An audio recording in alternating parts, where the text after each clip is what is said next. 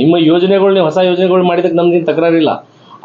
ನೀವು ಸರ್ಕಾರದ ಎಲ್ಲ ಸಾಲಗಳನ್ನು ಮಾಡಿಕೊಂಡು ಬೇರೆ ಬೇರೆ ಯೋಜನೆಗಳನ್ನ ನೀವು ಯೂಸ್ ಮಾಡ್ಕೋತೀರಾ, ಅದು ನಿಮ್ಮ ಕೆಪಾಸಿಟಿ. ಅದು ನೀವು ಸಂಗ್ರಹಣೆ ಮಾಡ್ಕೊಳ್ಳೋದು ಯಾವ ರೀತಿ ಅಂತ ನೀವು ಮೊದಲು ವಿಚಾರ ಮಾಡಿಕೊಂಡು ಎಲ್ಲ ನೀವು ಘೋಷಣೆ ಮಾಡಬೇಕಾಗಿತ್ತು. ನಾವು ಯೋಜನೆಗಳು ಘೋಷಣೆ ಮಾಡಿ ಅಂತೇಳಿ ನಮಗೆ ಇಲ್ಲಿ ದುಡ್ಡು ಸಾಲ್ತಾ ಇಲ್ಲ ಅಂತೇಳಿ ನೀವು ದಲಿತರ ಹಣನ ಯಾಕೆ ದುರ್ಬಳಕೆ ಮಾಡ್ಕೊತಾ ಇದ್ರೆ ಅಂತ ನನ್ನ ಪ್ರಶ್ನೆ ಅಷ್ಟೇ. ಈಗ ಇಲ್ಲಿವರೆಗೆ ಈ ಒಂದು ವರ್ಷದಲ್ಲಿ ಒಂದು SC/ST ಹಾಸ್ಟೆಲ್ಗಳಿಗೆ ಸರಿಯಾಗಿ ಅನುದಾನ ಬರ್ತಾ ಇಲ್ಲ, ಬೋರ್ವೆಲ್ಗಳು ವೈಯಕ್ತಿಕವಾದಂಥ ಸಾಲ ಸಿಗ್ತಾ ಇಲ್ಲ. ಮಾತು ಎತ್ತಿದ್ರೆ ಸುಳ್ಳು. ಮೊನ್ನೆ ಒಂದು 2 ತಿಂಗಳ ಹಿಂದೆನೇ ಸಮಾವೇಶ ಮಾಡಿದರು ಏನಂತಲ್ಲ ಚಿತ್ರದುರ್ಗದಲ್ಲಿ.